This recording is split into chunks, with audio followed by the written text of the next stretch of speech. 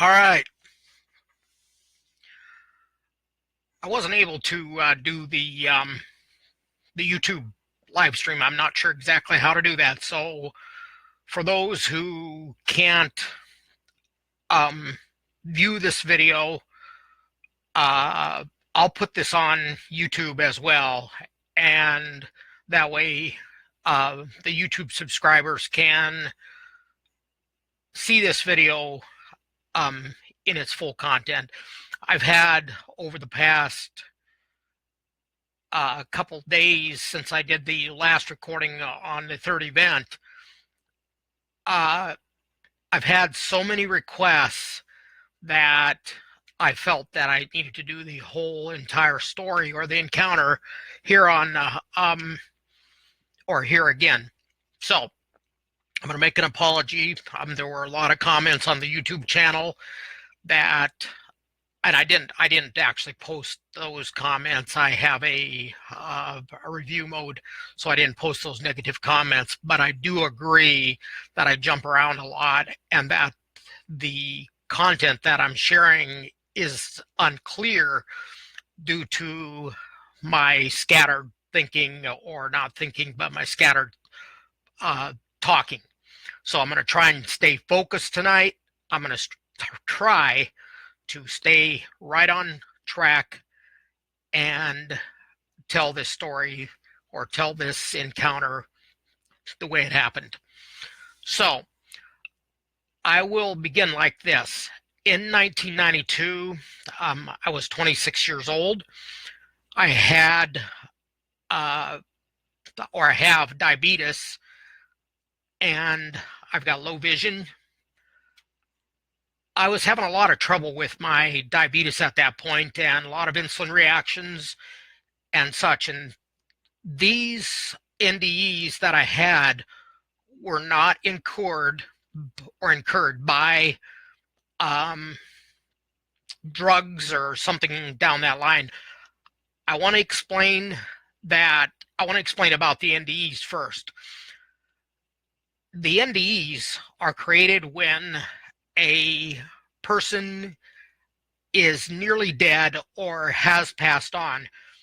When the blood flow stops, the spirit, and I know there's some who don't believe in this, but the spirit has to flee, or the ghost. When Yeshua was on the cross, he gave up the ghost. He gave up his spirit, it says in the scripture. And when that happens, the spirit continues to live.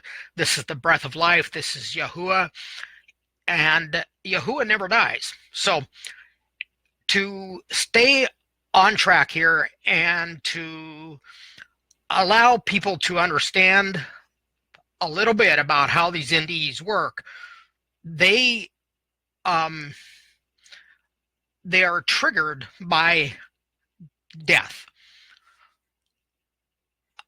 Not all, I will say this, not all NDEs happen when a person is near death or has died. There are some, and I do have spoken with people out there, there are some who have encountered NDEs without being close to death. So, okay, it was with that, or that's the introduction based on NDEs. And so the second thing, and I talked about this earlier, about the diabetes, having low and high blood sugars. And at this point in my life, I had a very low blood sugar, and my heart stopped. And there was nobody in the room. I laid down for a nap, and nobody was in the room with me. And my blood sugar continued to drop, and eventually, like I said, my heart stopped. When that happens, like I said previously, the NDE began when the blood flow stops from the heart to the brain. I suddenly found myself standing at the bottom of a tunnel. The tunnel was about 3 feet in diameter, and it went a ways up. At the very top of it was a very bright light, a pure bright light that was so bright that when I looked at it from where I was standing, it blinded my eyes, and it put something in me right away that I realized wasn't human. So it was as if when I looked up into this light, I felt pure love, pure hope, pure, well, there was no sin. And I just felt pure. So, and I felt the love streaming down through this light. As I looked up, I realized I was beginning to float up toward this light into the tunnel. There's some things I want to talk about because I've shared this from time to time on Facebook and in other presentations. I want to share this whole thing, so this might take a little bit. Hopefully, the video doesn't cut out. I see there's a lot of people online are listening to this. So anyway, as I begin to float up, I realized that I could stop. If I'd looked straight out, I could stop in the tunnel. When I looked up, I floated upward toward the light. So I had floated up a little ways, and I looked straight out, and it was as if I could see the universe, or I could see, I was in, I believe, the first heaven. I'd went into a place where there were stars, and I could see the entire lay of the earth. And I know there's argument about this, so I'm going to state this, and I will not argue about this, but I did see this, and it really confused me for years and years until I finally understood that we've been lied to. The earth is flat. The earth is flat. I saw that in this tunnel. I saw this through the tunnel. I seen the rotation of the stars, and I seen that the earth, the land, is circular, and that the black part that I was in is a box. So anyway, that's all I'm going to say on that. That's what I saw. So I'm not going to get into any discussion or any detail about that. And I know there will be questions surrounding that, but I may not answer those questions. So I floated up, I looked up into the light, and I stopped again a second time. And I looked down on the stars, and I seen the moon and the sun, and I seen the rotation of this. It was quite intriguing to me. Later, as when I was back on Earth, I questioned a lot of this stuff and didn't believe it, but I'll talk about that later. So I floated up again. I looked up, and the closer I got to the light, there was no way I could look straight out anymore. It just, like, that love just drew me in. That light just drew me in. And I was going at that point at a very high rate of speed. I realized that there is no way in eternity, there is no way to track time or speed. And so I went up through the light, and I realized that I was traveling at thought process. Okay, so when I would think, I would move to that position. I hadn't yet understood that until I got into the next place here. I went through that light, and immediately something happened to my being. I felt as if, and now this is the way I felt. You can doubt this. You can say that I'm lying. And I'm going to tell what happened. I went through that light, and I felt as if I had changed to an immortal being, even while I'm still mortal here, and I sin and such. I think Yeshua or Yahweh or Yahuwah had to allow that to happen to me to show me this scene that he showed me. So when I went through that light, this happened where I was changed to a different being, I suddenly found myself standing on a green meadow that was so beautiful. The NDE could have stopped right there, and I'd have been perfectly fine coming back because it's just awesome. I looked around and I seen flowers. I seen human words can't describe the beauty of this place. It's so awesome. Folks, you don't want to miss this. You don't want to miss this. So live, prepare. I think this is why I'm telling this. So don't miss this place. That is a little bit of a skip, but it's important to know that. So I stood and I looked at this green meadow, and I saw there was grass so green, flowers were perfect. There was not one petal on the flowers that had any form of death in it.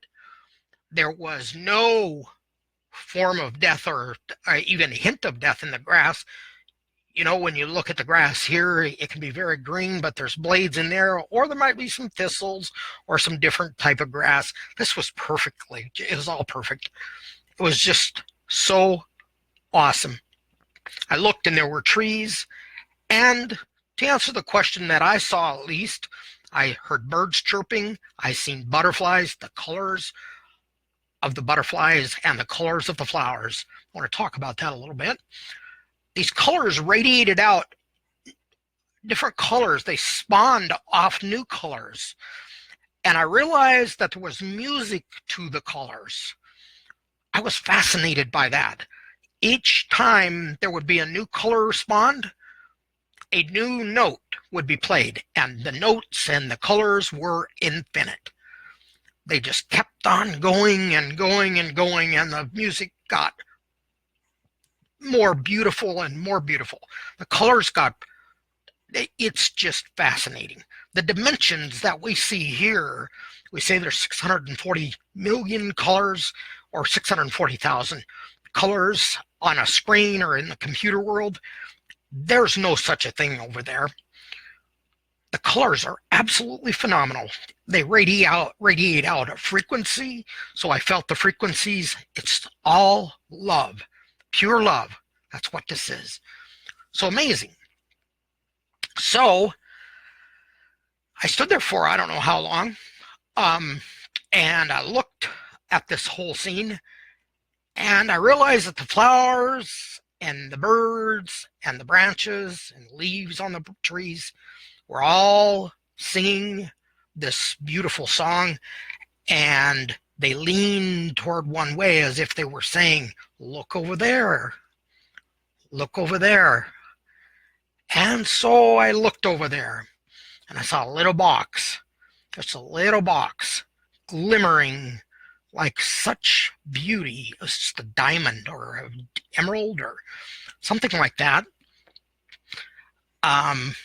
And I saw that in the distance. And so I wanted to go check that out and see what that was. And so I went toward it. Now, here you don't walk in this place, you float. Or you just move very, very, very quickly.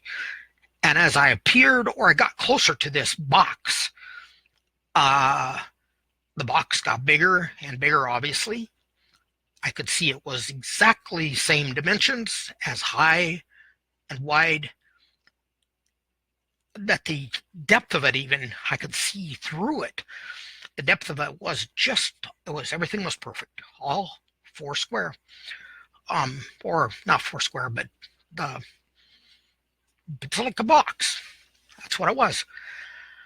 And so I got closer, and I came right up to touching distance of the wall.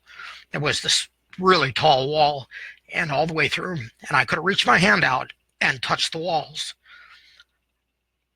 I wanted to go inside the city, and as I had approached, I saw 3 gates that I was approaching toward. 3 gates, there's one in the middle and 2 on each side. They were perfectly measured in perfection. I can't say that enough, folks. Everything was just perfect. Um, I was able to look through the walls, like I said, and I could see that there were 3 gates on each side and there were 3 gates on the back side. Now, I never seen Yahuwah. No man has seen Yahuwah ever, except the Son. Yahusha sees him all the time. So I never seen Yahuwah. Yahuwah is there, but I never saw that. That must have been removed from my sight. So I stepped back. I wanted to go into the city. Well, let me talk about the walls real quickly. The walls had 12 different colors. And it's interesting to note, I talked about the colors earlier in with the flowers. And I want to tell you something. I'm colorblind here. I can't see colors. And plus I have vision issues. The vision that I have here was completely wiped away there. And so I seen that there were 12 different colors in the wall. There were just looks like 12 different colors. And so, the other thing that I realized, and I figured this out later after I had returned to Earth, or I'd thought about this, is I didn't know this. Gems, emeralds, whatever they are, pearls, whatever those were, the purer they are, the more glassy they look and the more brighter they get, and you can look through them. It's almost like a glass, as if it was pure. You can see the color. I don't know how to really describe it. You can see the color and you can see through it, and yet you can see a very distinct color in the walls. Okay, so that didn't really make no sense, but I'll have to leave that there. So I stepped backwards a couple steps and I was looking this way, and I'd come between 2 gates, exactly between 2 gates. And I looked up and I seen inscriptions above the wall, above the gates. And I remembered those inscriptions when I came back. And I'll talk about that when I get done. Okay, I'm going to talk about some of the details when I get done here, or as I get to the end. So I seen that there were inscriptions above the wall, the gates. The gates were pretty wide. I stepped backwards about, I don't know how many, actually there's not steps because you're not walking, but I stepped backwards some way, floated backwards, and I felt a being coming up behind me, and I knew instantly because this being transmitted such love, such serenity, such peace. I wanted to fall down and worship him, or worship this being. It's not a him, just so you know that there's no male or female here. I wanted to worship this being so greatly, and I heard a voice say so kindly to me, "Don't worship me. I'm not the one to worship. Worship the one in the center of the city." And I couldn't see. That was blocked from my eyes. So he came up, or this, I'm going to call Yeshua he, because I'm going to relate to the version that I saw him as to here on earth, okay? It's just easier for me to do it that way. He put his hand on my shoulder, and he said to me, "I'm going to show you some things." And so he had his hand on my right shoulder, and immediately the city disappeared, and there was this large panoramic screen, just like a TV screen, popped up in front of me. And I looked to the right, to the left, and on the right side, the story began. It moved from right to left, not from left to right, but from right to left. There was a ticker on the bottom, like you see on TVs, where they're sending these messages across continuously that rotate. You know, you can have your TV showing the show or whatever you're looking at. And on the bottom, there's a ticker. This thing had a ticker as well, and it was bright red. And as I looked at this thing, I noticed that there were stars, and there was the moon, and there was the sun in that. I didn't know what that was all about until later. I began to look at the story that was being told, and Yeshua, he spoke to me quite much throughout this whole thing. I remember everything he told me. Some of that I can't share. It's just important that I don't share that stuff quite yet. I haven't been given permission. But I'll tell you the main parts of it, okay? And I'll tell you why I'm sharing this. It's important to know that if you don't live your life correct or live it by the commandments, you got to have the whole entire scripture, Torah, and the whole, everything. You got to have it all. You got to follow it all. So that's part of the purpose. There's another reason. So anyway, another little rabbit trail there. I'm going to try to be very careful here so people can understand what I'm saying and how this went down. So I'm working hard at this. So anyway, the story begins like this. I looked clear on the very end, and I saw a bunch of jets flying through the air. I saw cities. I saw the aircraft moving in and out. It was kind of a cool sight. Everything was synchronized.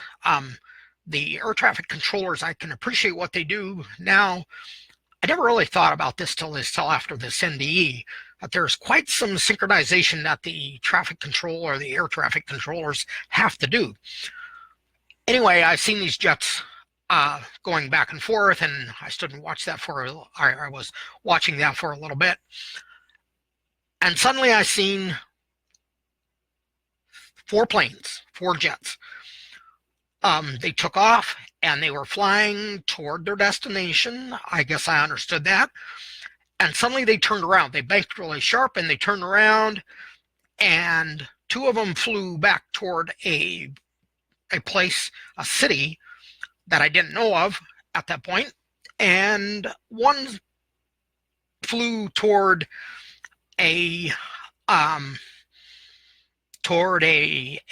area, another city, and one flew a little ways, and it dropped. It kept flying, but it dropped, and get this, it dropped a bomb. Okay, now that's another thing that I'm not going to discuss. When the other 2 jets arrived at the first city, they flew toward, and there was an ejection of a warhead or a missile right underneath it. The jet did go into the building.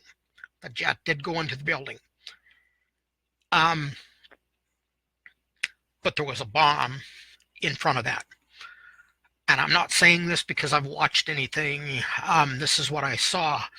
So that can be argued, and I'm not going to have a discussion because this is what I saw.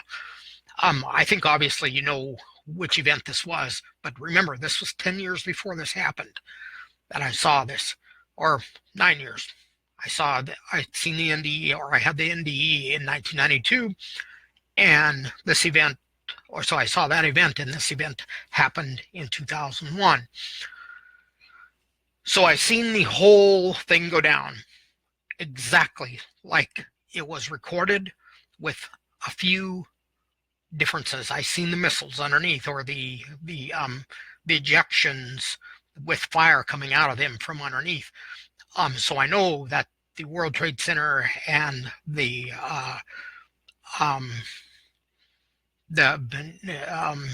NATO, not NATO, but anyway, I can't think of the name of it.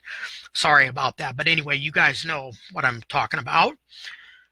I seen this eject bombs, and they opened up holes bigger, and they went into the area. Now, the people died in these planes as it's recorded. There were lots and lots of deaths. That is absolutely the truth. The planes did go down. The one that I saw drop the bomb went down with the bomb. They got very low, and so that entire jet disintegrated when this bomb blew up. So it was very close to the ground. The bomb blew up and totally melted everything in there. Totally melted it. So there's very little debris. There was some, but there's very little debris to be found. If anybody tells you anything different about that plane that went down in Pennsylvania, they're lying, because there was very little debris that they found. The fuselage and things like that. Some of it was there, but not the entire plane. So I seen that, and I realized then I was told Yeshua talked to me, and he said, this is the beginning. This is the beginning of a new era, he said. I didn't know what that meant, had no clue, but now I know. I realize now that this was the beginning of a world crisis. While we're not yet at war here in America, it cost us a lot of trouble. And we've been in trouble, not as much as coming. So another rabbit trail, I'm going to admit that. So that event was done, and I looked a little much more ways in, and I was told that I would have to do some work, and I would have to begin preparing my heart for the coming work. I seen a lot of bloodshed. I seen people in areas being beheaded. I seen lots and lots of trauma in the area from the first event to the second event. I seen currency. I seen money. Seen a lot of these things that have happened already, and I'm not going to go into a lot of detail. There were a couple things as far as false prophecy that Yeshua told me. He said there will be a lot of false prophecy in this time. He told me that people would not believe me when I spoke. That has happened. He said to me that there would be a spike in religion, that more people would become very spiritual. That has happened. He told me that there would be a deterioration of the major churches, and that there would be spin-offs. We now have a host of different religions that cause much confusion to people out there. And so he told me these things as they were going down. I watched them all take place in the timeline that they have taken place. And while we thought there was a lot of there was a lot of deception and a lot of church issues way back, it got worse. After 9/11, it got very worse. The false prophecy was tremendous, and Yeshua talked to me a lot about that. The next event seemed a little bit more, I guess I'd use the word climaxed, a little bit more intense. And Yeshua said, before this one begins, you will need to get very serious about your life. And it's interesting. I'll talk about this more at the end, but it's interesting how my life changed in 2010. I didn't know any timelines here. And so the event on the board, there was a space between the first event and the second event. There was a space of so much space. And then between that and this third event, there was a space that I don't know. It was removed from me in some ways. I know that it was a little bit lesser than the first period of time, but I do believe that is irrelevant and that I don't need to know that. So the second event, I saw the waters of the earth. It seemed like I was lowered into a different area that the board had lowered into a different area. At any point, I watched a huge wave appear, and I looked, and it was like I could see clear to the bottom of this water. I saw a huge crack in the bottom of the ocean, or this body of water. I seen a long line, and that line never closed up. I didn't know what in the world that was all about until I was told in a dream later on in my life.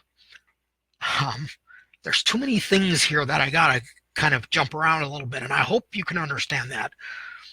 I'm working really hard at this, folks, because I got criticized really, really badly on that video I just did, and I'm working really, really hard at trying to stay focused, and I hope most of you can understand that.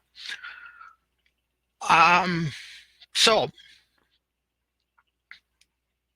this line was very, very deep, and I watched as it opened up, and then it swished back.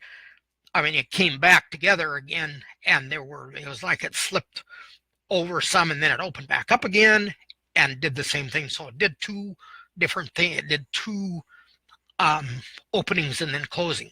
So it was like two waves came up in this thing. There was this huge bank of water that rolled toward a island. And I didn't know where this was, didn't know anything about the island. And I seen this wave wash up on that island, and I saw a little plume of smoke begin to come about center place. And there was another wave came in, and I saw that smoke increase. It was just white smoke. And as I watched this whole thing, I seen thousands of people scrambling for higher ground.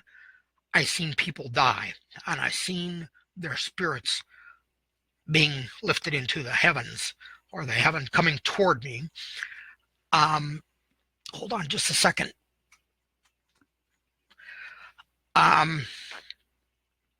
So anyway, I watched this whole thing go down.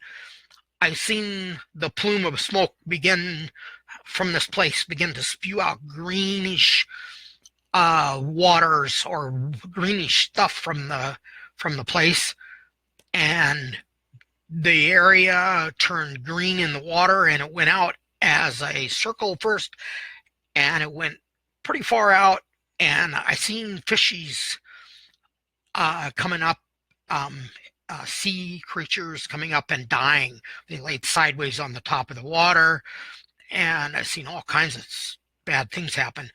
I seen this band get bigger, and more fish died, more sea creatures died. Now, I don't believe this is what Revelation talks about. This is something completely different. This has nothing to do with the waters giving up their dead, because the waters didn't give up their dead yet.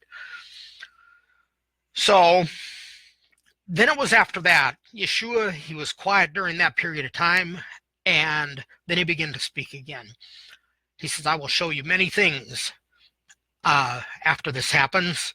And I didn't know, I didn't know what this was.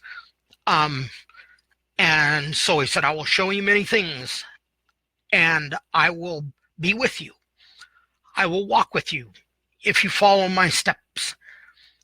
Make sure you walk in my footprints. And so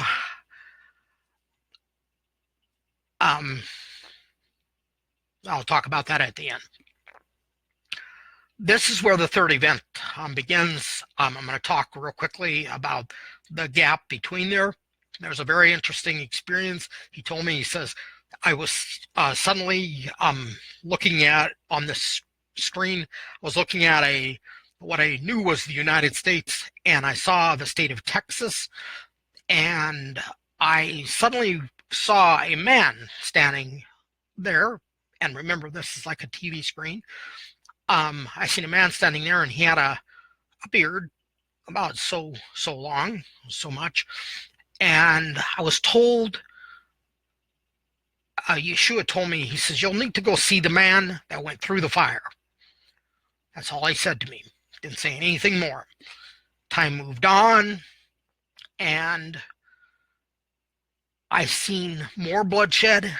I've seen a lot of things begin to happen. I've seen people killing each other, families getting angry at each other, and lots of things.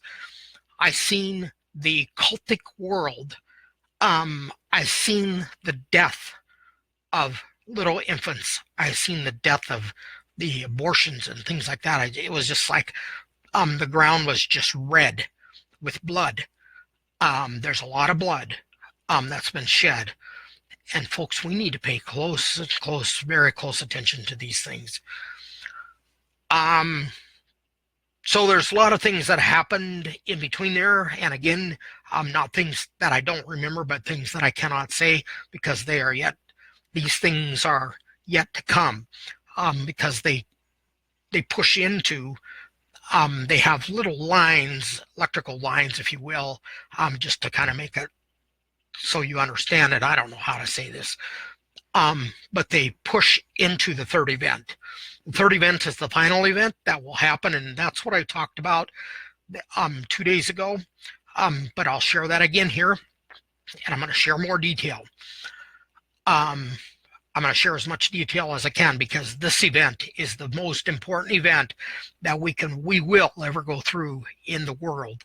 This is the time that we are entering into right now, and it is not just one day. When it says in that day in the scripture, it is a period of time. In that day is the timeline of Yahuwah's timeline, not ours. So, right at the very beginning, Yeshua, he said to me, he tightened his hand on my shoulder very firmly. And he told me, he says, you will need to prepare your heart and you will need to dedicate your life completely to me. You will need to be in other words, he said it in Hebrew, and I don't know Hebrew, but I understood it there. And he said, you will need to be completely dedicated to me. I'm trying to do that because this period of time is just about done. In which I won't have any more time to do this. And I don't know if you will or not. So the third event starts like this. I seen a flash of light suddenly appear. And when that flash of light began to come down, now I'm going to say this as if we were rolling in slow motion. The flash of light began to come down. I seen people from the graves all over this land. Not the United States only, but all over this flat piece of land. I seen people rising out of their graves with white robes on them. I seen them coming up into the heaven, and I seen them assemble 144,000. Now, I'm going to tell you a little bit about that. It's a little bit of rabbit trail here, but these people were beheaded. They came out of their graves and they were beheaded prior to this. These are they who have washed their robes white in the blood of the Lamb. 144,000. They must die. They must die. Okay, now that's going to be argued, I know, but I'm not going to pay attention to that argument. They assembled in the heavens, and they were brought down to a place in Egypt. Now, I didn't know where this place was at until a little bit later, when it took me some study to get all this. I was able to have the ability to map this stuff out when I got back. Now I am getting a little bit tired, and I'm probably going to skip around a little bit more. So anyway, I want to continue this though, so it's all in one video. So pray for me that I can do that. So the flash of light, I saw the people coming down into Egypt. I didn't know it was Egypt at that point. And now there's 3 or 4 things that happen at once. I seen the flash of light. I immediately realized I was standing on a ridge, where there were this 144,000. Now, this is the dimensional part of it, and if you're in the human state, you're not going to get this. This is what happened in Revelation. And a lot of people don't understand that John saw interdimensional process. The only way to take that interdimensional process, and I am on a rabbit trail here, but I need to insert this. The interdimensional process has to be written in one dimension only, and it has to be laid out in separate dimensions or split out. They happen together. Okay, John saw these things probably just like I did, except I saw different things. Now, I did have a question, and this is kind of off the sideline, but I had a question. Why would I see things that were different than what's written in the scripture? Let me tell you something. I've seen exactly, but it's been altered. It's been altered. The scripture has been altered. And the book of Enoch tells a lot of this. So, these four events were all starting at once. I talked about a northern army, about the giants in the north the other day. There was a large army that suddenly was there. I didn't realize where it had come from. And there were ranks. There were 9 ranks. These 9 ranks of giants started out at the very beginning of the line. They started out at between 30 to 35, 40 feet tall, and they got lesser and lesser as the ranks came down, and I seen the colors of these things change, these giants or whatever they were, and at the very last 2 rows, I seen men. Okay, I seen no women in this crowd, but I seen men. There was a long line of them.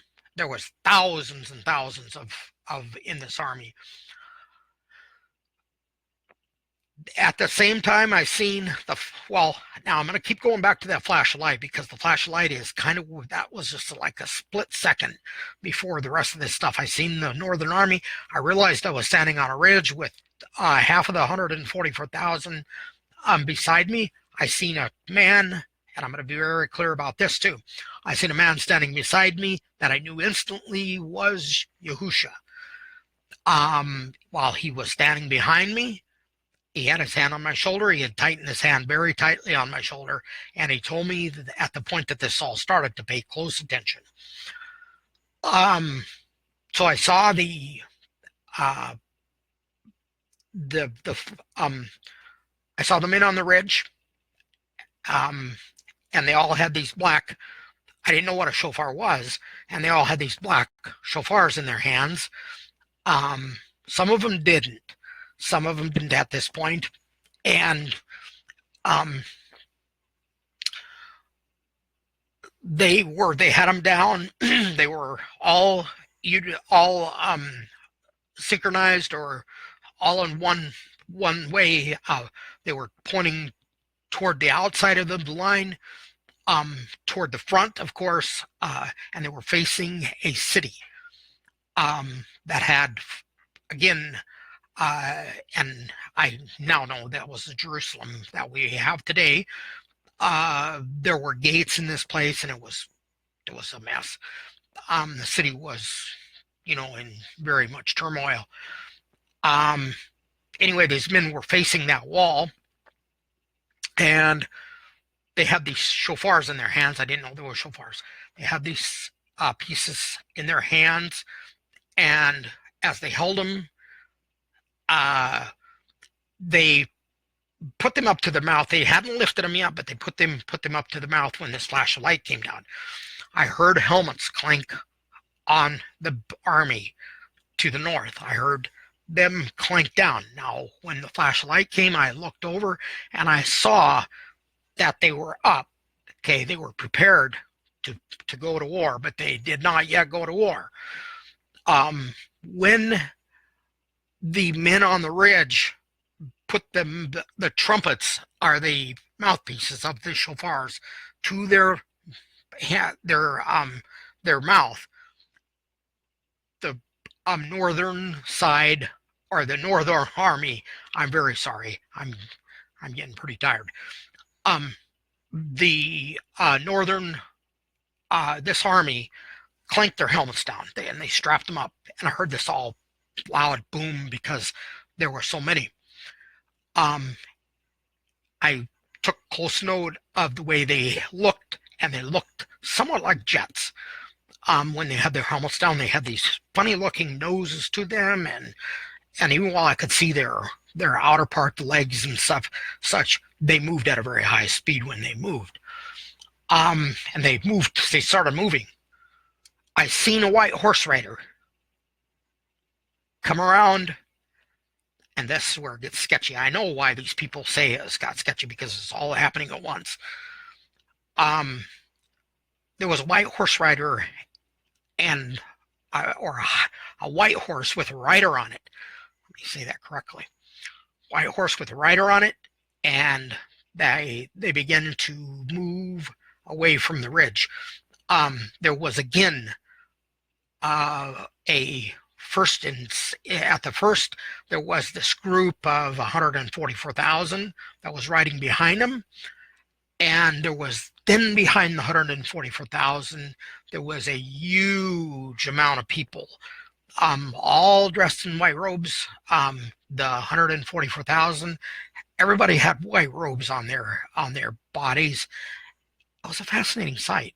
It was absolutely fascinating. They began to ride. I mean, a rider on the white horse rode up and toward a line. I've now mapped this out. I've got a graphic of this. They began to ride. I don't even know if I think it's toward the east of Egypt. Rode toward the east and went right through what is now called Nineveh, and I knew it was Nineveh. So it rode past there. That's the ley line. And it rode up toward the waters. And then it marked off the territory. This horse rider did. At this point, the army was moving on the north, was beginning to move very, very fast, as if it was heading toward the city that the men on the ridge were looking at. I know this gets confusing, but remember, all these events happen at once. And I think that's what I didn't say the other day, that all of these events are stacked on top of each other. So this horse rider rode around, and I realized it was Yahusha. Got up to coming straight west again, had went east and then north, and now it's coming back west, marking off this territory. I don't even know, because I don't have the map in front of me, but I do know that this moved right up along the Ukraine border and up toward that. Now remember, the Northern Army is up in Russia, and they're moving very quickly toward the line that is being marked by Yahusha and the 144,000 first, and the huge amount of people that were just kept on coming from around the mountain. I mean, this thing laid out. It was huge. I seen the rider turn, and when it began to turn and come up along head west and come up along the north line, the army had made it up to that line, and they stopped as if they could not go over it.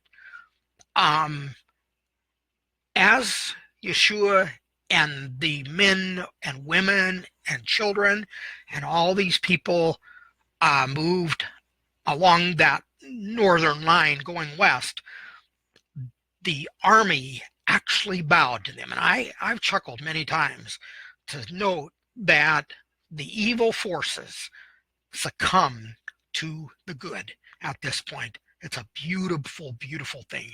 And folks, we need to stay on top of this.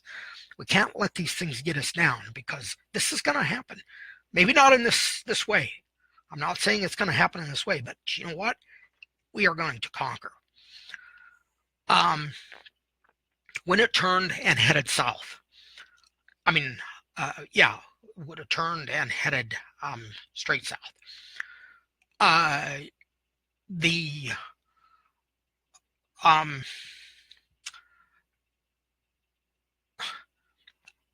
there's a lot of stuff that happened right now.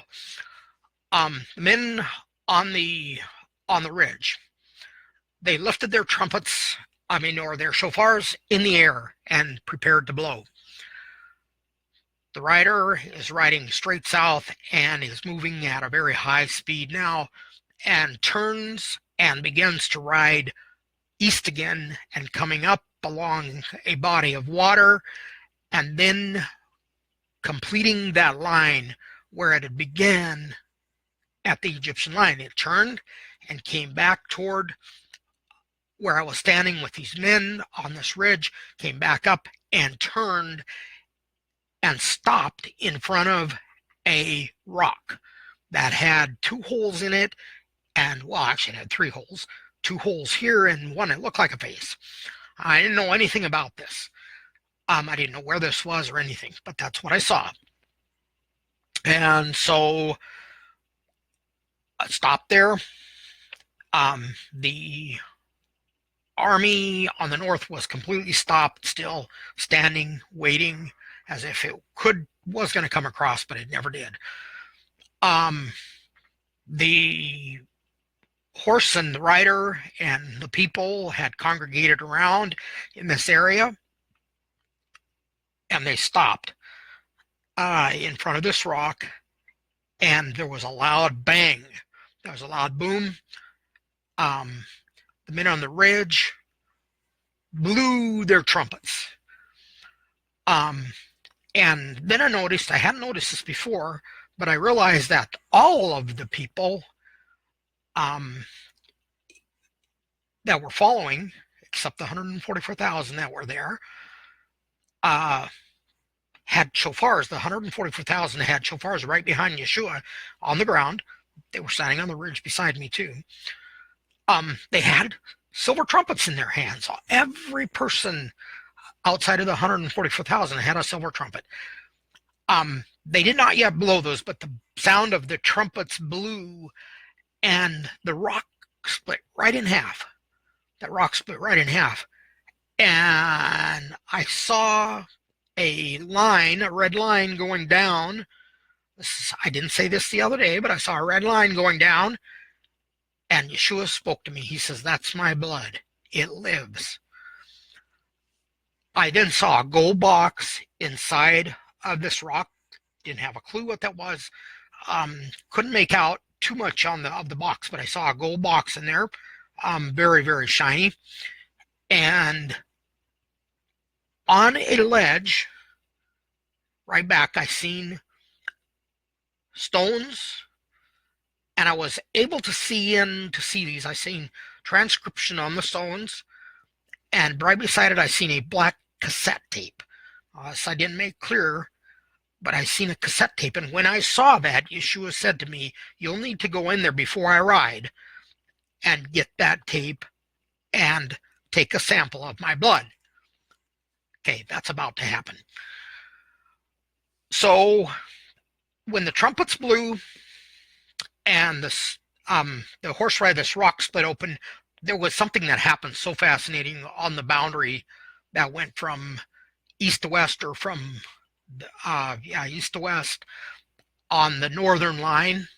The earth opened up, and it opened up huge, very big, and that whole army went down into this chasm. This earthquake covered it up. The land then closed up, and that army was gone. It's fascinating, absolutely fascinating. The horse rider then began to ride again. Yeshua said, "This is the final side, or this is the final part." And he said, "This is when when my glory will be shown to the entire world." He rode around, and he began to come in. He crossed over an area, and he rode through a gate. And I've seen that very clearly where that was, and I saw that that was the eastern gate of Jerusalem. Um, the men and women and children who have the silver trumpets in their hands raised those trumpets and blew. And the second shofar sound blew. And this time it was different. There was a war call, I learned later. At the very beginning and at the end, there was a jubilee call.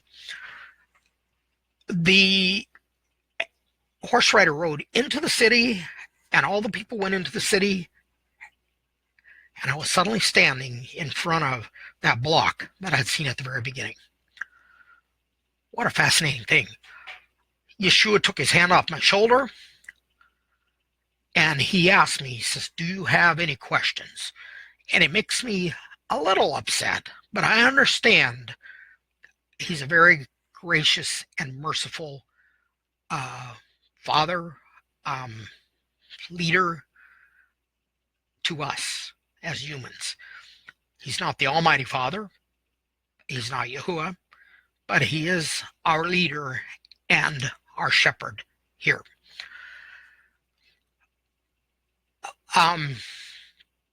He asked me if I had any questions, and I only asked one question. Can you believe that? I only asked one question. I said, "How will I know when it's time?"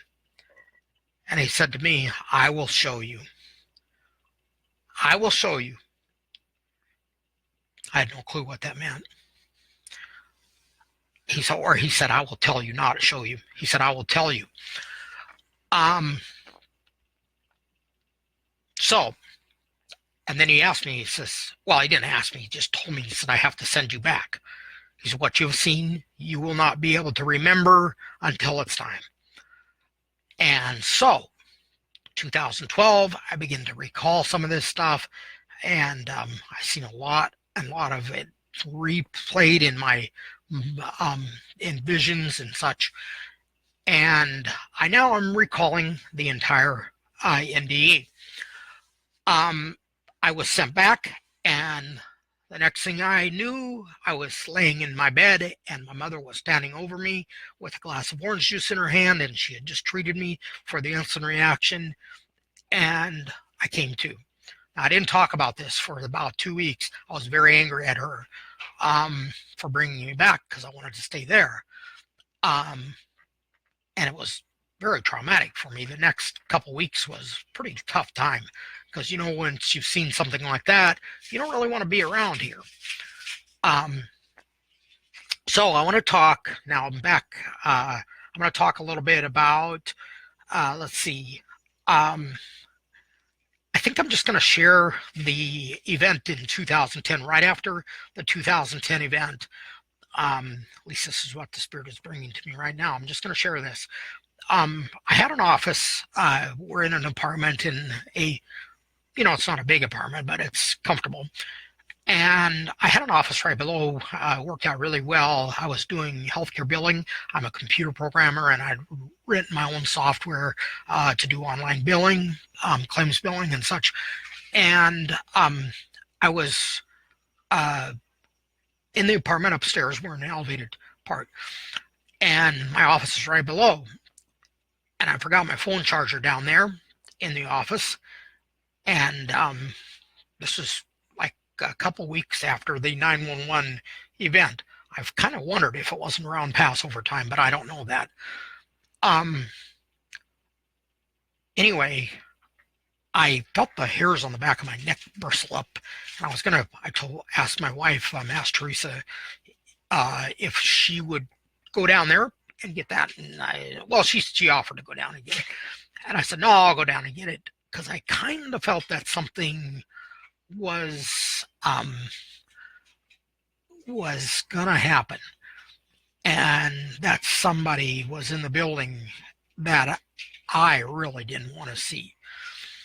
And I'm saying that very seriously because I'm scared of the charge, because I was given a charge in the NDE. I really don't want to talk about that, though. So anyway, I got up, went to the apartment door and went downstairs, and I was crazy. I acted like a child. We live in there's an alleyway to get to our door, and or walkway that's pretty narrow, and I looked down both sides of the walkway as if I was a little bit afraid, um and because I didn't want to see this person or this being that I thought might be in the building. I don't know how I knew, but I just somehow knew. Anyway, I went around the corner to the front of the building, and I stopped at the door, and I began to argue. I began to make excuse. I said, if you're in there, Yeshua, you need to lift the charge. You need to take it away because somebody else has to do this. Because, the skinning that tape and all that stuff, I'd made all kinds of excuses. I said, I'm legally blind. I can't see. I don't have no money. How am I going to travel? I made just tons of excuses. And I stopped at the door, and I made all these excuses, and I realized I was going to have to go in there if I wanted my phone charger. And a phone charger was pretty important, I'm kidding about that. So finally I unlocked the door, and I started making an argument again, and I said, if you're in there, Yeshua, there's only one way into this small office that I had. Anyway, I said, if you're in here, and I opened the door and walked in, and I said, if you're in here, I said, please, you can lay hands on me and undo that charge that you gave me, because I don't want to do it. And I heard shuffling. I had this server rack, and for those who know what a server rack is, it's about 6 feet or 7 feet tall, and that's where we put our IT professionals. We can put these servers in. Anyway, the servers were running, and I heard the shuffling behind that rack, and I just knew that this was going to be who it was. And sure enough, he came toward me, and folks, I want to share this with you. He is absolutely the most beautiful, I don't even want to call him a creature, being that I've ever seen in my life. He was dressed in a full scarlet, kind of a halfway scarlet purple robe. And he walked toward me, and he stopped about 3 feet away from me. And he just looked at me, and I was just absolutely making all kinds of excuses. And I said, I can't do this. I'm not smart enough. I don't know anything. I don't have a clue where to even go into this. I don't know how to get in there. And he just looked at me with such kind eyes, and he was very, very still. He reached his hand out toward me, and he made sure that the sleeve came up over his wrist, and he lifted his hand. He put his hand out like that, and I saw the nail prints in his hands. I think he did that because he knew that I would make excuse. I'm like this Thomas guy. Anyway, I saw and I looked down at his feet, and I saw the prints there too. I seen the nail prints. Now, these were larger nails than what we think. They're not this big. They're not that big. See if I can get that right on the camera. They're not that big, but they're pretty good size. I seen the nail prints, and so I knew it was him. It wasn't an angel. It wasn't the devil. It was Yeshua. He said 3 words. He said, "It is time." After he left, I was very confused by that. He then turned around, and he walked back behind the servers, and he disappeared. I didn't really know what to do with that. And so I began to pray, and I began to search, and I just didn't know really what to do with that. And from that point forward, I got really serious about things. Like I said, I have major health issues, and I thought, well, maybe, I was going to die or something like that before this time would come. one of the things I did miss in the NDE, I did see right before or right in the middle of that event, that third event, I seen Damascus go up in smoke. And this was part of the thing that Yeshua had told me. He had said to me, uh, it's that's when your work will begin, when Damascus goes up in smoke. So I'm waiting on that to happen before I can even move. Whenever that happens, then this thing will begin, as far as I know. So that is probably all I'm going to share at this point. I will, from time to time, bring up things that I seen in this NDE. There's a lot more to share. Like I said, I'm very respectful of what I've seen, and I don't boast about it, and I certainly don't want anybody to lift me up because of this. This is not my doing. I had nothing to do with this. In fact, I wished it wouldn't have happened. This is not my deal. Do not promote me. Do not lift me up. I am nobody when it comes to this kind of thing, okay? Please, please don't do that, friends. All of the honor and glory goes to the Father and to Yahusha. He is our King, and we must worship the Father through him. We owe him a lot. He died for us. So I'm going to leave you with this encouragement. I do some posting on Facebook, a lot of posting, in fact. And I want you to know I'm not a pastor. I'm not a leader. But I follow my Creator, who is Yahusha. I follow him. He told me sometime later, because I've seen him a couple times now, he told me sometime later, he said, follow in my footprints. Put your step in my step and don't move to the right or left of that step. He says, follow me and you'll be just fine. That's what I'm trying to do, folks. I'm trying to prepare. And my Facebook thing is part of that preparation. So help me, teach me. And if I'm encouragement to you, then let it be so. But do not promote me, because I'm just a human. I'm just like you. This is nothing, has nothing to do with me. So I will sign off, okay? You guys all, friends, brothers, sisters, loved ones, have a good, it's evening here in Minnesota. Have a good evening, have a good day, and do what's right.